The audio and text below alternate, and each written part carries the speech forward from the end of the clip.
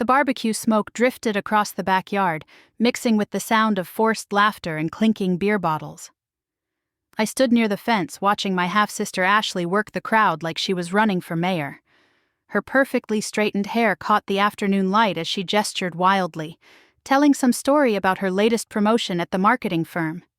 Everyone hung on her every word, nodding and smiling like she was delivering gospel truth. My name is Jennifer Walsh, and I'm 32 years old. That Saturday afternoon at Dad's house in Riverside felt like every other family gathering I'd endured for the past 15 years. The same forced smiles, the same careful conversations, the same feeling that I was watching my life from the outside looking in. Ashley had always been the golden child. Dad's second wife, Monica, made sure of that from the moment she walked into our lives when I was 17. My real mother died when I was 16, cancer taking her in less than 6 months. Dad remarried 8 months later, bringing Monica and her 12-year-old daughter into the house where Mom's pictures still hung on the walls. The rules changed overnight. Ashley got the bigger bedroom, the one with the window seat Mom had painted for me when I was 10. I got moved to the basement room, told it was temporary until they figured out better arrangements. 15 years later, I was still waiting for those arrangements. College applications came due my senior year. Dad sat me down at the kitchen table, Monica hovering behind him with her arms crossed. The family budget was tight, he explained. Ashley would need braces soon, and Monica wanted to redecorate the living room. My partial scholarship to UC Davis wasn't enough to cover housing. I'd have to commute or find another way. Ashley got her braces 6 months later. Silver brackets that made her lisp through graduation speeches about following your dreams. I took out student loans and worked nights at a diner near campus, sleeping in my car between shifts when the commute became too much. Dad never asked how I was managing. Monica never offered help. The pattern repeated itself year after year. When I needed help with textbooks, Ashley needed new clothes for homecoming. When I asked for gas money to visit during breaks, Ashley needed driving lessons. When I graduated with honors and a marketing degree, Ashley's high school graduation party filled the entire backyard with balloons and catering. I moved out at 22, renting a studio apartment above a dry cleaner in downtown Riverside. The space smelled like chemical solvents and broken dreams, but it was mine. No shared bathroom, no basement ceiling that leaked when it rained, no walking on eggshells around Monica's moods. Building my career happened slowly, one freelance project at a time. Energy companies needed safety campaigns, environmental compliance materials, public relations cleanup after oil spills made headlines. I learned to write copy that made dangerous work sound necessary, that made corporate responsibility sound genuine. The work was steady, if not glamorous. Ashley coasted through community college on Dad's dime, switching majors 3 times before settling on communications. Monica bragged about her daughter's creativity at every family dinner, while I ate in silence and paid my own way. When Ashley finally graduated, Dad threw another party. When I started my own consulting firm at 28, nobody mentioned it. The irony wasn't lost on me. While Ashley collected participation trophies and praise for showing up, I was building something real. Walsh Energy Communications grew from my kitchen table operation into a legitimate business with office space and employees. Contracts rolled in from Houston, Denver, Oklahoma City. Revenue climbed past 6 figures, then 7. I kept it quiet, though. No announcements at family gatherings, no social media posts about company milestones. Dad asked once what I did for work. I said marketing and changed the subject. Monica assumed I was barely scraping by, which seemed to make her happy. The truth was more complicated. Ashley's current job at Meridian Marketing wasn't just any firm. Meridian operated as a subsidiary of Walsh Energy Communications, something I'd structured deliberately to keep local talent in-house while maintaining distance from family complications. My regional manager, David Chen, ran the day-to-day operations without knowing about my personal connections to any employees. Ashley had been hired 6 months earlier as a junior account coordinator, entry-level work that required basic computer skills and enthusiasm. She reported to David, who reported to me, creating layers of separation that let me monitor her progress without direct involvement. That arrangement worked until I found the USB drive. Cleaning out Mom's old recipe box the week before Dad's birthday party, I discovered a small velvet pouch, tucked behind index cards for lemon cake and pot roast. Inside was a thumb drive I'd never seen before, no label or identifying marks. Curiosity got the better of me. The files that appeared on my laptop screen made my stomach drop.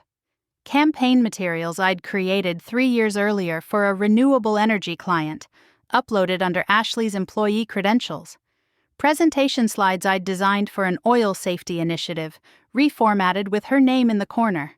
Taglines I'd spent weeks perfecting, now attributed to her in Meridian's internal database. Every stolen idea had been submitted as original work, earning Ashley praise from supervisors and bonuses she hadn't earned. David had approved the campaigns without question because they looked professional and polished. Why wouldn't they? I'd created them during late nights in my first office, pouring creativity and expertise into every detail. The timeline stretched back 18 months, dozens of projects lifted directly from my archives and presented as Ashley's creative output. She'd gained access through standard company credentials, downloaded my work from shared servers, and resubmitted everything as her own. The theft was systematic and deliberate, not accidental oversight. I spent 3 days documenting everything, creating spreadsheets that matched original creation dates with Ashley's submission timestamps. The evidence was overwhelming and damning. She'd built her entire reputation at Meridian on stolen work, accepting credit and compensation for ideas that belonged to me. The family party invitation arrived that Thursday. Dad's 65th birthday celebration, backyard barbecue with all the relatives. Ashley had added a note at the bottom asking if she could bring her boss to meet everyone. She was proud of her recent success at work and wanted to show off. Perfect timing, I thought, printing out the evidence files. Saturday afternoon arrived with clear skies and the smell of charcoal lighter, fluid. I parked behind Uncle Ray's pickup truck and grabbed my laptop bag from the passenger seat. The backyard buzzed with conversation and children running between folding tables loaded with potato salad and corn on the cob. Dad manned the grill in his world's best grandpa apron, a gift from Ashley's marketing campaign to win favor. Monica arranged paper plates and plastic utensils with military precision, directing cousins and neighbors like a general commanding troops. Ashley held court near the picnic table, her boss, David Chen, standing beside her with polite interest. The irony struck me immediately. David looked exactly like his LinkedIn photo, professional and composed in khakis and a button-down shirt. He shook hands with relatives and complimented Monica's decorating skills, playing the role of impressed supervisor, meeting his star employee's family. Ashley basked in the attention, one hand resting on David's arm while she regaled the group with stories about her creative breakthroughs at the office. Her voice carried across the yard, confident and animated as she described campaigns she'd never touched. I set my laptop on the dessert table and waited for the right moment. That moment came when Ashley called everyone together for Dad's birthday toast. She raised her beer bottle high, grinning at the assembled crowd of aunts, uncles, cousins, and neighbors. Her voice rang clear and strong as she gestured toward me with theatrical flourish. Before we celebrate Dad, I want everyone to meet my boss David Chen from Meridian Marketing. He's here because I've been absolutely killing it at work lately, unlike some people in this family. She paused for effect, her smile turning sharp. David, meet our family failure, my half-sister Jennifer. She's been struggling with odd jobs for years while I'm building a real career. Laughter rippled through the crowd. Monica's high giggle led the chorus, followed by Dad's deep chuckle and approving nods from relatives who'd heard this narrative before. I was the leftover daughter who couldn't quite get her life together, while Ashley was the success story everyone could be proud of. David's expression remained neutral, hands clasped behind his back as he studied the family dynamics playing out before him. His eyes moved from Ashley to me, then back again, processing information with the careful attention of someone who understood workplace politics. The laughter died as I opened my laptop and connected it to the portable speaker someone had brought for music. Files loaded onto the screen, side-by-side comparisons of original work and stolen submissions. Timestamps glowed in red text, showing creation dates and upload records under Ashley's employee credentials. Ashley's confident smile faltered as she recognized her own login information displayed for everyone to see. David stepped closer to the laptop, his casual demeanor shifting to professional focus as he scrolled through evidence of systematic intellectual property theft. The backyard fell silent except for the hiss of burgers on the grill and children playing in the distance. David scrolled through the evidence methodically, his face hardening with each stolen campaign he recognized. The portable speaker amplified every click, every page turn echoing across the suddenly quiet backyard. Uncle Ray set down his beer bottle. Cousin Sarah stopped mid-conversation, potato salad fork suspended in the air. "These are company files," David said finally, his voice cutting through the silence like a blade. He looked up from the laptop, eyes scanning the faces around him before settling on Ashley. "Proprietary work submitted under your employee credentials." Ashley's face drained of color. She stepped backward, nearly bumping into the dessert table. "David, I can explain. This is just a misunderstanding between family members. Jennifer's always been jealous of my success." "Jealous?" I kept my voice steady. "Professional." "Of work I created in my own office?" Monica rushed forward, her hostess smile cracking at the edges. "Jennifer, what are you trying to prove here? This is your father's birthday party, not some corporate boardroom."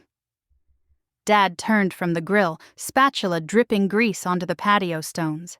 His confused expression shifted between Ashley and me, processing information he didn't understand. "What's going on? Someone explain this to me." David pulled a folder from his blazer pocket, the same folder he'd brought to every client meeting for the past 3 years. I recognized his methodical nature, the way he documented everything for legal protection. "Before I answer that," he said, opening the folder, "I need to clarify something for everyone here." He handed copies of letterhead documents to Dad, Monica, and Ashley. The Meridian Marketing logo sat prominently at the top, but underneath in smaller text was information most employees never noticed. Meridian Marketing operates as a wholly owned subsidiary of Walsh Energy Communications. The words hung in the air like smoke from the grill.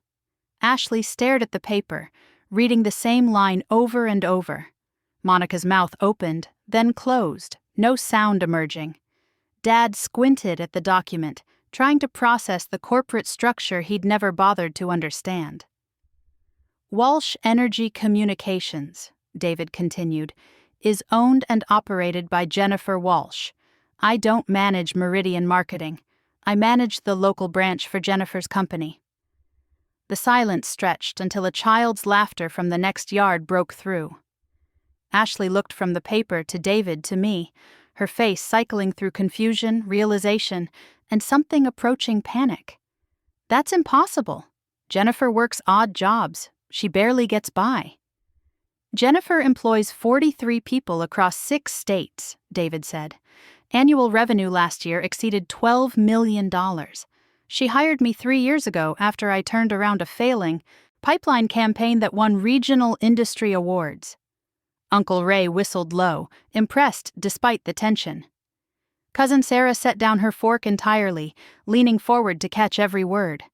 The children playing in the distance seemed louder now, their innocent games a stark contrast to the adult drama unfolding around the picnic tables. Dad's spatula clattered onto the grill grates. "Jennifer, you built all this? When? How?" I met his eyes for the first time in years without flinching. "Started in that studio apartment above the dry cleaner, worked nights, weekends, every holiday you never invited me to spend here. Built it client by client, contract by contract." Monica's hostess mask slipped completely. She grabbed Ashley's arm, voice dropping to a stage whisper that everyone could hear. "This has to be some kind of mistake. Jennifer can't own anything that big. We would have known." "Would you?" I asked. When was the last time anyone in this family asked what I actually do for work? When Dad asked 3 years ago, I said marketing, and he changed the subject. When you assumed I was struggling, nobody bothered to check if that was true. Ashley's breathing quickened, her chest rising and falling in short, sharp bursts. This is insane. You're saying I work for you? That you've been watching me this whole time? I wasn't watching you, I said. I was watching my stolen intellectual property get submitted under your name for 18 months straight. Every campaign you've taken credit for, every bonus you've earned, every promotion you've celebrated came from work I created in my first office when you were still switching majors in community college.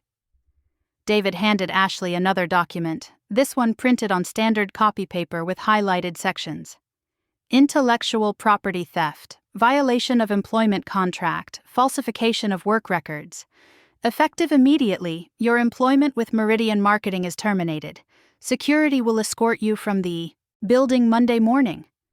The words hit Ashley like physical blows. She stumbled backward, grabbing the edge of the picnic table for support.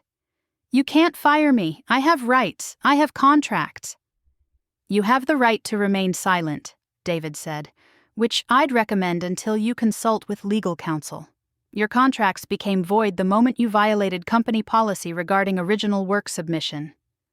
Dad finally found his voice, though it came out rough and uncertain.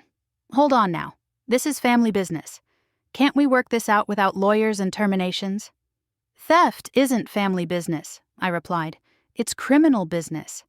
Ashley didn't accidentally submit my work once or twice. She systematically stole 18 months' worth of campaigns, presentations, and creative materials.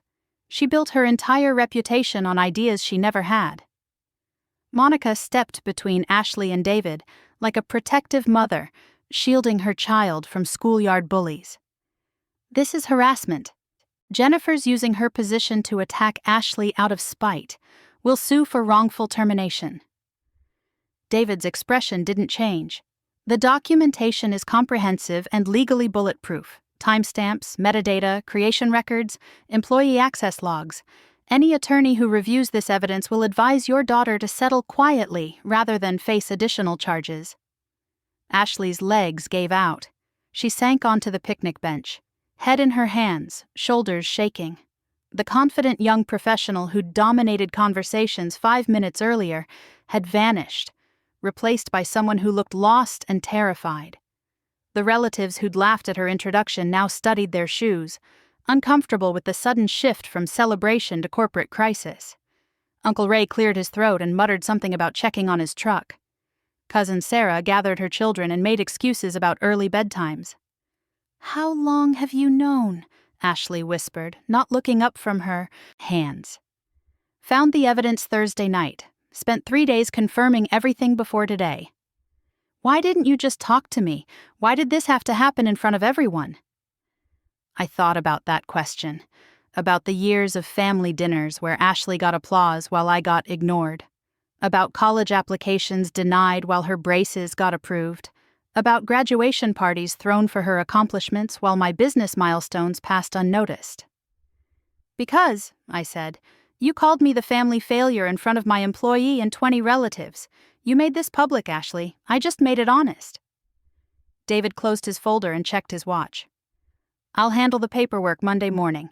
HR will coordinate final paycheck calculations minus restitution for misrepresented campaigns." He shook hands with Dad and nodded politely to Monica, maintaining professional courtesy even as he dismantled their daughter's career. "Thank you for the invitation. I hope the rest of your birthday celebration goes well." Ashley looked up as David walked toward the gate, tears streaming down her cheeks. "Wait, please, I can fix this. I can make it right." David paused at the fence, his hand on the latch. "The time to make it right was 18 months ago when you submitted your first stolen campaign. Every day after that was another choice to compound the theft." The gate clicked shut behind him.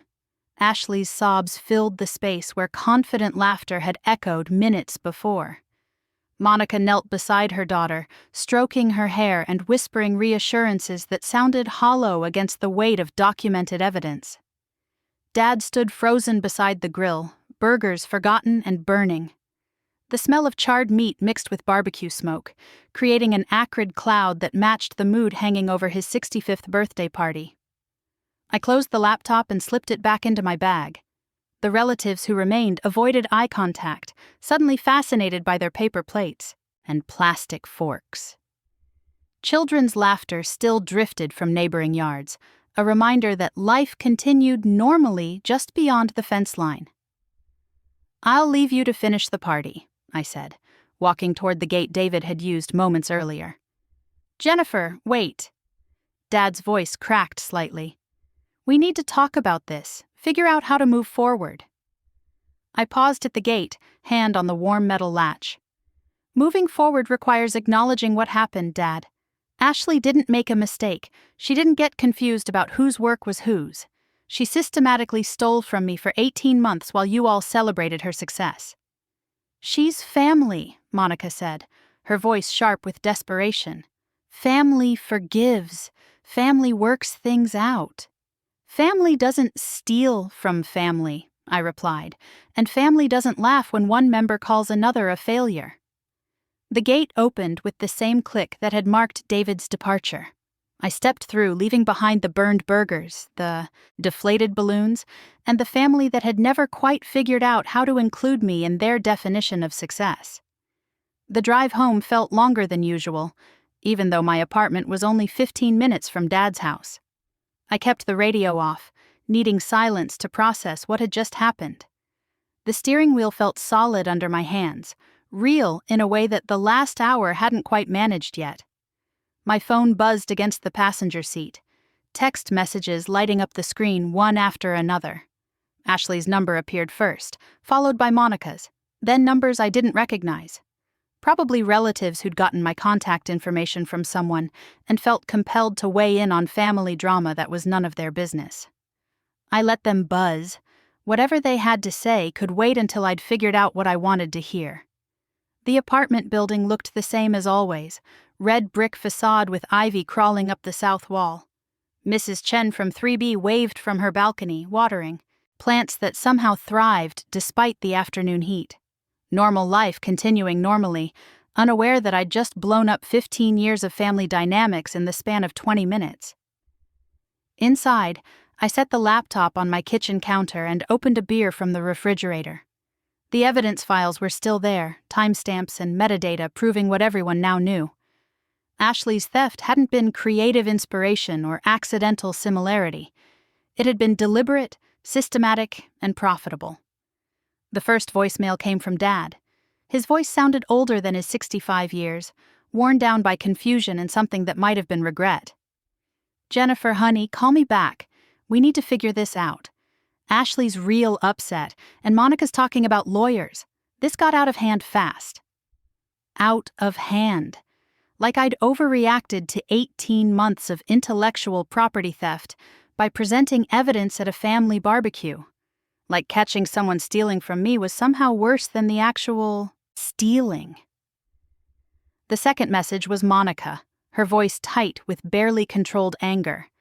"I don't know what kind of game you're playing, but you've humiliated Ashley in front of the entire family. She made mistakes, fine, but destroying her career is cruel and vindictive. Call me." Mistakes. Plural.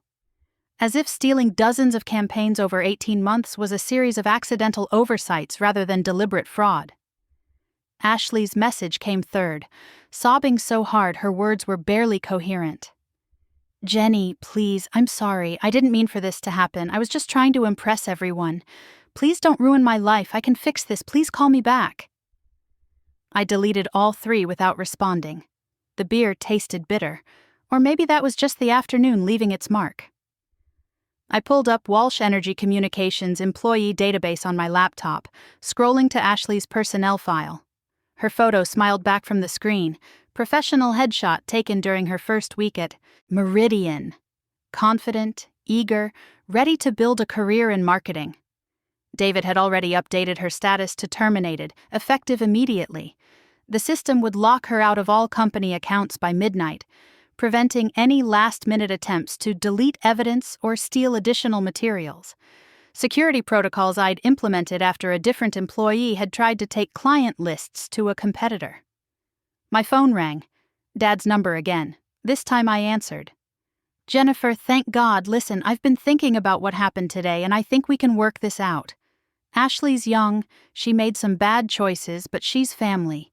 Can't we find a way to give her another chance?" "She's 27, Dad. That's not young enough to excuse 18 months of stealing from me." "She didn't know it was you. If she'd known you owned the company, she never would have done this." I laughed, short and sharp. "So stealing is okay as long as you don't know who you're stealing from? That's your defense?" "That's not what I meant. I meant she thought she was just using old files from the company database. She didn't realize they belonged to anyone specifically.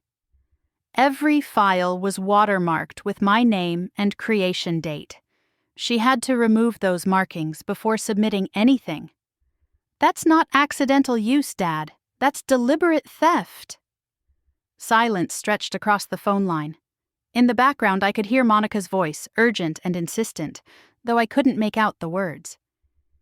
"Monica wants to talk to you," Dad said finally. "Put her on." The phone rustled as it changed hands. Monica's voice came through clear and sharp. "Jennifer, this vendetta against Ashley has gone far enough. You've embarrassed our entire family and destroyed a young woman's career over some computer files. Those computer files represent 3 years of my professional work. Ashley built her reputation by stealing from me and taking credit for ideas she never had. She's your sister. She's half-sister. And that doesn't give her the right to commit fraud."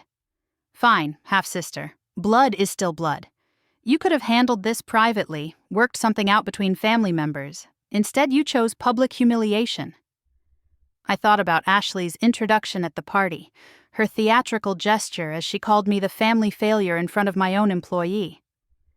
Ashley chose public humiliation when she decided to mock my career in front of 20 people. I just provided context for her success. "You're being vindictive." "I'm being honest.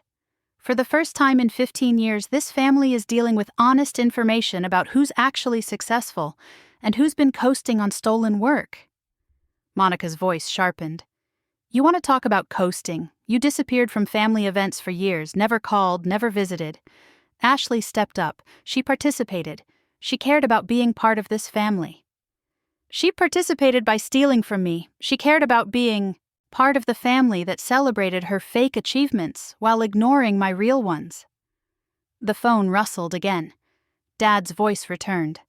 "Jennifer, can you just come back? We'll sit down, all of us, and figure out how to move forward. Ashley's willing to apologize." "What exactly would she apologize for? Making mistakes? Using company files? Being young and naive? Or would she apologize for 18 months of systematic intellectual property theft that built her entire career on lies?" "She'd apologize for hurting you, for not being honest about where the work came from." "That's not an apology, Dad. That's a public relations statement designed to minimize legal exposure." I could hear Ashley crying in the background, her sobs punctuating the conversation like a soundtrack to family dysfunction. Part of me felt sorry for her. She'd built her identity around success that wasn't really hers, and now that foundation was crumbling in real time. But sympathy didn't change the facts. She'd stolen from me repeatedly, knowingly and profitably. She'd accepted bonuses and promotions based on my work while I watched from the outside, excluded from family celebrations of achievements that were actually mine. "What do you want from us?" Dad asked, his voice heavy with exhaustion. "I want you to stop calling me the family failure when I'm the only one who built something real. I want you to acknowledge that Ashley's success was built on theft, and I want all of you to understand that actions have consequences, even within families. And if we do that, if we acknowledge everything you're saying, will you give Ashley her job back?" The question hung in the air like smoke from burned burgers. Dad was still trying to negotiate, still looking for ways to minimize the damage to his preferred daughter while managing the inconvenient truth about his neglected one. "No," I said simply. "Ashley's employment is terminated permanently. She violated company policy, state law, and federal copyright regulations. Even if I wanted to rehire her, which I don't, the legal liability would be enormous. Then what's the point of all this? If you're not willing to forgive, why should we apologize? Because apologies aren't transactions, Dad. You don't apologize to get something in return. You apologize because you recognize that your actions hurt someone, and you want to acknowledge that harm. So, this is just punishment. You're destroying Ashley's career to get back at us for 15 years of family problems. I finished my beer and set the bottle on the counter next to my laptop. I'm not destroying Ashley's career. Ashley destroyed her own career by building it on stolen work. I just documented the theft and presented evidence to my employee who had the authority to terminate her. Your employee who happens to be her boss. My employee who happens to run the local branch of my company, which happens to employ Ashley in a position she obtained through legitimate application and interview processes. The fact that she's family made the theft worse, not better. Dad sighed, a sound that carried years of disappointment and confusion. I don't understand how this got so complicated. We're family. We should be able to work things out. Family members don't steal from each other, Dad. Family members don't mock each other's careers at birthday parties. Family members don't laugh when one person calls another a failure. This got complicated because some members of this family forgot how families are supposed to treat each other. The line went quiet except for Ashley's continued sobbing and Monica's whispered reassurances. I could picture the scene in Dad's living room. Ashley collapsed on the couch, Monica rubbing her back, Dad holding the phone and trying to figure out how to fix something that couldn't be fixed with good intentions and family loyalty. "Are you going to press charges?" Dad asked quietly. The question I'd been avoiding all afternoon. David had mentioned legal counsel and criminal charges, but those were corporate responses to workplace theft. This was family, which complicated everything even when family members acted like criminals. I haven't decided yet. That depends on what happens next. What do you mean? I mean, Ashley has until Monday morning to clean out her desk and leave company property behind. If she tries to take anything that doesn't belong to her, if she tries to contact clients or damage company relationships on her way out, if she tries to retaliate in any way, then yes, I'll press charges. And if she doesn't, if she just quietly leaves, then I'll consider this a family lesson in consequences rather than a criminal matter. Dad's relief was audible. Okay, that's fair. I'll make sure she understands. Make sure Monica understands too. Ashley isn't the only one who needs to learn about consequences. The call ended without goodbyes. I set the phone on the key counter and stared at the evidence files still glowing on my laptop screen. 18 months of theft, documented in spreadsheets and timestamps. Ashley's login credentials scattered across dozens of unauthorized downloads. My work, my creativity, my late nights and early mornings reduced to data points in a termination file. The apartment felt larger than usual, quieter.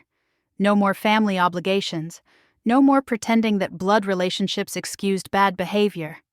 No more watching Ashley get applause for achievements that belonged to me. I opened another beer and called my lawyer, Elena Vargas. She answered on the second ring, voice crisp and professional despite the Saturday evening hour. "Jennifer, what can I do for you? I need to discuss intellectual property theft and potential criminal charges against a family member. Family makes it complicated, but theft is theft. Walk me through what happened." I spent 30 minutes detailing Ashley's systematic stealing, David's investigation, the termination, and Dad's phone call. Elena listened without interrupting, occasionally asking for clarification about dates, amounts, or specific evidence. "The documentation is solid," she said finally.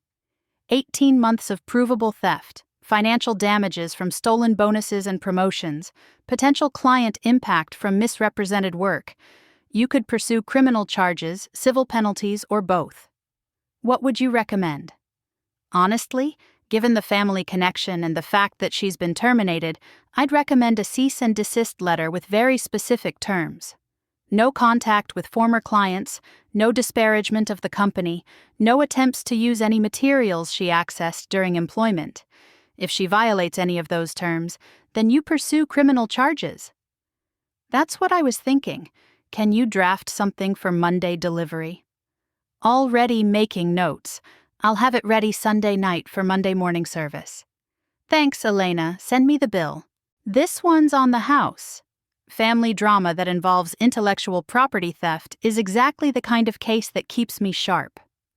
After hanging up, I sat in my kitchen as evening light faded through the windows. The laptop screen had gone dark, hiding the evidence that had changed everything. Tomorrow, Ashley would wake up unemployed and facing legal consequences for choices she'd made over 18 months. Monica would blame me for being vindictive. Dad would try to play peacemaker while avoiding responsibility for 15 years of favoritism. The extended family would choose sides based on incomplete information and personal loyalty rather than documented facts. But none of that mattered anymore. I'd spent too many years being the family failure while Ashley got credit for my work. Too many birthday parties watching her get applause for achievements that belonged to me. Too many conversations where my actual success was ignored while her stolen success was celebrated. The truth was finally public. Ashley's career was built on theft. My success was built on work. The family failure had turned out to be the family success story, while the golden child had turned out to be a fraud. My phone buzzed with another text from Ashley. I deleted it without reading. Whatever she had to say about consequences and forgiveness and family loyalty could wait until she'd had time to think about 18 months of choices that had led her to this moment. I finished my beer and closed the laptop. Monday morning would bring lawyers and termination paperwork and security escorts. Ashley would clean out her desk under supervision, hand over company property, and sign documents promising never to contact former clients or disparage Walsh Energy Communications.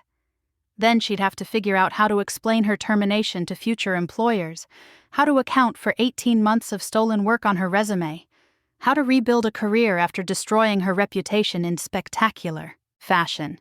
But that was Ashley's problem now, not mine. I'd spent 15 years carrying the weight of family expectations that didn't fit and family roles that didn't suit. Time to let other people carry their own weight. The apartment felt peaceful as darkness settled outside. Tomorrow would bring new challenges, new projects, new opportunities to build something real rather than steal something fake. Walsh Energy Communications would continue growing, serving clients who valued original work and honest relationships. And Ashley would learn what it felt like to be the family failure, at least until she figured out how to earn success honestly rather than steal it quietly. Monday morning arrived with gray clouds and the smell of rain. I sat in my office at Walsh Energy Communications, watching through floor-to-ceiling windows as David's car pulled into the parking lot. Ashley rode in the passenger seat, her posture rigid and defeated. The weekend had passed in silence from my end, though my phone had buzzed constantly with messages I'd deleted without reading.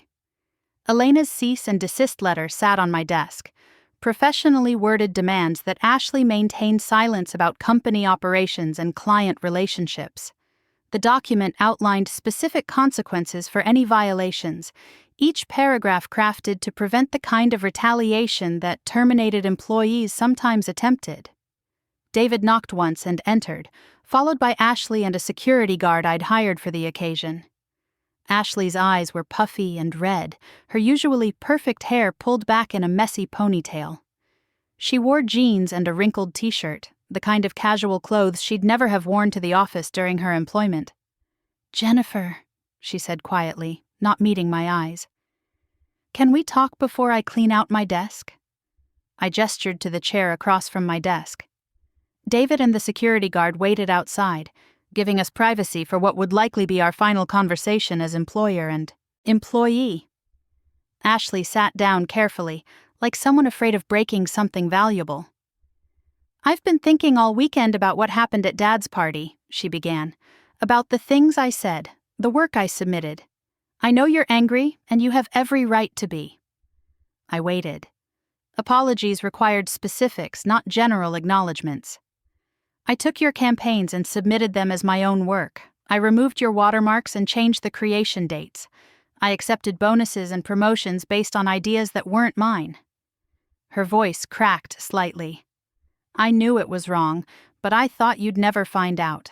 I thought it didn't matter because you were successful anyway. It mattered to me, I said. Every stolen idea was something I created during late nights in my first office. Every campaign you claimed was work I poured myself into while building this company. Ashley nodded, tears starting to flow again. I was jealous. Watching you succeed while I struggled with basic assignments made me feel stupid and worthless. When I found your work on the company server, it seemed like an easy way to prove I belonged here. The honesty was unexpected. I'd prepared for excuses and deflection, not genuine admission of motivation. You did belong here, Ashley. You were hired legitimately, based on your education and interview performance. The work you stole wasn't necessary for your position. But it was necessary for my reputation. David praised those campaigns in team meetings. Other employees looked up to me because of work I'd never actually done. I became addicted to that recognition. I thought about family dinners where Ashley had basked in similar recognition, applause for achievements that belonged to someone else. The pattern had started long before her employment at Meridian, rooted in childhood dynamics neither of us had chosen. Recognition for stolen work isn't actually recognition, I said. It's fraud disguised as success. I know that now. But when you're desperate to prove yourself worthy of a family that's never quite accepted you, fraud starts looking like survival. Her words hit closer to home than I expected. The family that had never quite accepted me either, despite my actual achievements. The difference was that I'd built something real while Ashley had built something fake. That desperation doesn't excuse 18 months of theft, I said, and it doesn't excuse calling me a failure in front of my own employee. Ashley's face crumpled. That was the worst part, standing there bragging about stolen success while calling you a failure. David must have thought I was insane, mocking the person who signs his paychecks. David thought you were unprofessional and cruel. He was right on both counts. The security guard knocked softly. Time to clean out her desk and surrender company property. Ashley stood slowly, like someone walking to an execution. Will you ever forgive me? I considered the question. Carefully. Forgiveness meant different things to different people. Some saw it as automatic absolution, others as earned redemption. I saw it as something more complicated. I'll forgive you when you've learned to build success honestly instead of stealing it, I said. When you've figured out how to earn recognition through your own work rather than taking credit for mine. How long will that take? However long it takes you to develop actual skills and genuine achievements. Could be months, could be years. Depends on how hard you're willing to work. Ashley nodded and walked toward the door. She paused at the threshold, looking back with an expression I couldn't quite read. For what it's worth, I always knew you were better than me. That's why I stole from you instead of trying to compete honestly. The door closed behind her. Through my window, I watched as she cleaned out her small desk under David's supervision. Personal photos, a coffee mug, a few notebooks filled with legitimate work. The process took less than 10 minutes, her entire employment reduced to one cardboard box. Elena called an hour later with updates on the cease and desist delivery. Ashley had signed without argument, acknowledging all terms and conditions. No threats of retaliation, no demands for wrongful termination hearings. Just quiet acceptance of consequences she'd earned through her own choices. How do you feel? Elena asked. I thought about the question as I watched Ashley's car disappear from the parking lot. Relieved. For the first time in 18 months, my work belongs entirely to me again. Any regrets about the family fallout? None. I spent 15 years being the family failure while Ashley got credit she didn't earn. Time for her to learn what actual failure feels like. Cold, but fair. Let me know if she violates any terms of the agreement. The afternoon brought client calls and project reviews, normal business that felt lighter without the weight of family deception. David knocked again around 3, carrying a folder of Ashley's submitted campaigns that would need to be properly credited. "How do you want to handle attribution going forward?" he asked, setting the folder on my desk. "Some of these campaigns are still running with her name attached. Change everything back to my original credits. If clients ask about the discrepancy, tell them we discovered an administrative error in our filing system." "What about Ashley's performance reviews? Her file shows bonuses and promotions based on work she didn't actually create." I opened the folder, scanning months of stolen creativity. "Calculate the total value of bonuses she received for my work. Add interest and penalties. Send her a bill for restitution." David raised an eyebrow. "That's going to be a significant amount." "Then she'll have significant motivation to find new employment quickly." "Any restrictions on what kind of employment she can pursue?" I thought about Ashley's marketing degree, her communication skills, her ability to present ideas effectively when those ideas actually belonged to her. She can work anywhere except energy sector marketing. I don't want her having access to industry contacts or proprietary information. That eliminates most high-paying marketing positions in this region. Then she'll have to relocate or change industries. Her choice. David made notes in his file. "I'll coordinate with HR on the restitution calculations and employment restrictions." "Anything else?" "Make sure our client contracts include stronger intellectual property protections. I don't want another employee stealing work and claiming it as their own." "Already drafting new language with Elena's office. Should have updates by Friday." After David left, I sat alone in my office as daylight faded outside. The folder of reclaimed campaigns sat open on my desk. Months of creativity finally returned to their rightful creator. Each page represented late nights, creative breakthroughs, client victories that had been credited to someone else. My phone buzzed with a text from Dad. "Ashley told us about the restitution bill. $47,000 seems excessive for family mistakes." Family mistakes.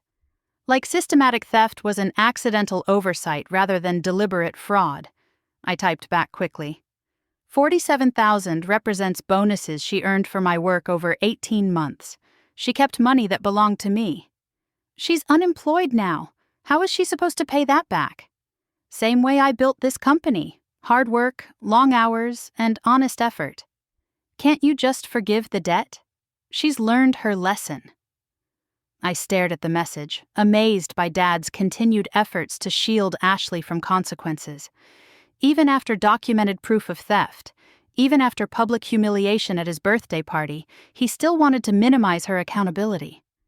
"The lesson isn't complete until she's paid for what she stole," I typed. "Forgiveness without restitution is just enabling. You're being cruel to your own family. I'm being fair to someone who stole from me for 18 months. Ashley made these choices. Now she gets to live with them." Dad didn't respond. I set the phone aside and returned to the folder of reclaimed work. Tomorrow I'd start the process of recrediting campaigns, updating client files, and ensuring my name appeared where it belonged.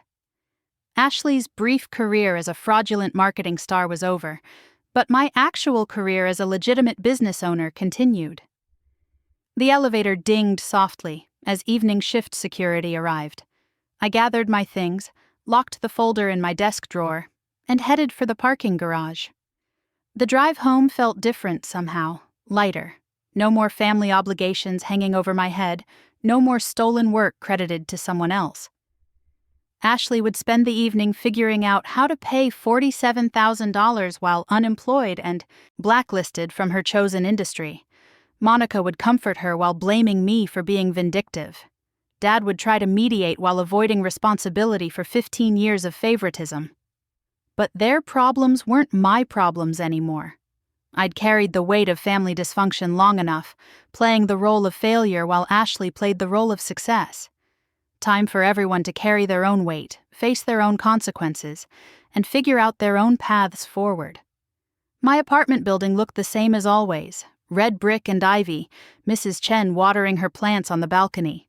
Normal life continuing normally, except now my life was actually normal too. No more stolen work, no more family drama, no more pretending that blood relationships excused criminal behavior. Inside, I opened a beer and called Elena. The cease and desist was delivered successfully. Ashley signed without argument. Good. Any indication she'll comply with the terms? She seemed genuinely broken by the consequences. I think she'll stay quiet. What about the family pressure? Parents often try to mediate these situations. Dad's already asking me to forgive the restitution debt. I declined. Elena laughed. 47,000 tends to focus attention on personal responsibility. She'll either find a way to pay or file for bankruptcy. Either way, she'll learn that stealing has costs. Speaking of costs, I've drafted employment restriction language for your HR department. No energy sector positions, no access to industry databases, no contact with former clients. How enforceable is that? Very enforceable within the industry. Word travels fast in energy marketing. Once her termination for IP theft becomes known, most firms won't touch her. I thought about Ashley's future prospects, her marketing degree suddenly worth much less than she'd expected. She could always change industries. Sure, retail, food service, administrative work, plenty of opportunities for someone willing to start over honestly. Good, maybe she'll learn to value honest work when it's all she can find. After hanging up, I sat in my kitchen as darkness settled outside. The beer tasted better than usual, cleaner somehow. Tomorrow would bring new projects, legitimate recognition for actual work, and the satisfaction of success earned rather than stolen. Ashley would wake up unemployed, in debt, and facing the reality of building a career without stolen shortcuts.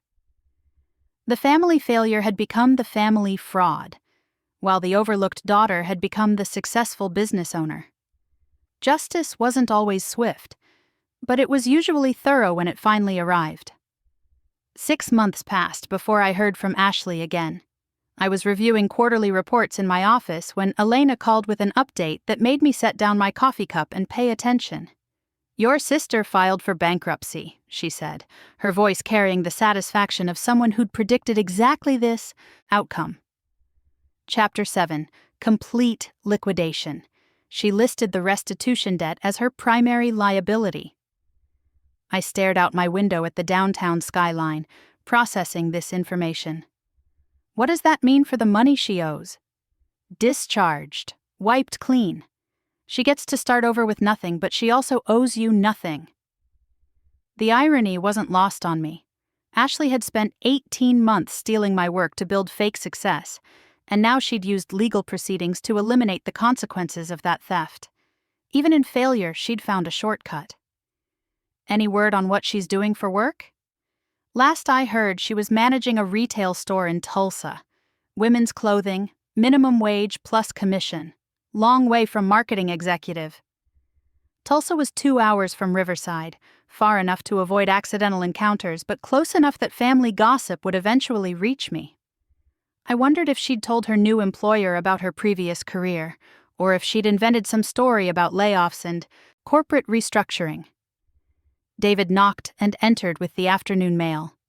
Among the usual invoices and industry publications was a hand-addressed envelope with my name written in careful script.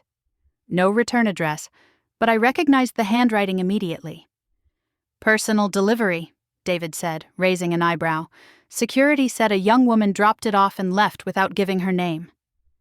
I waited until he'd gone before opening it. Inside was a single sheet of paper.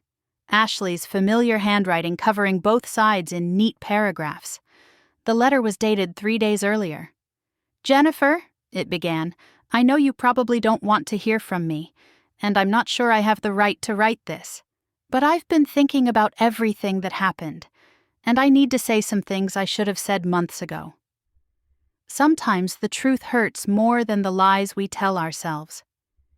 Ashley learned that stealing success feels good until you have to face the person you stole it from. I learned that being called a failure by someone who built their career on your work says more about them than it does about you. Family doesn't mean protecting people from consequences. It means holding each other accountable when we mess up. If you've ever been underestimated by the people closest to you, remember this. Your worth isn't determined by their recognition. Build something real, protect what's yours, and let the truth speak for itself.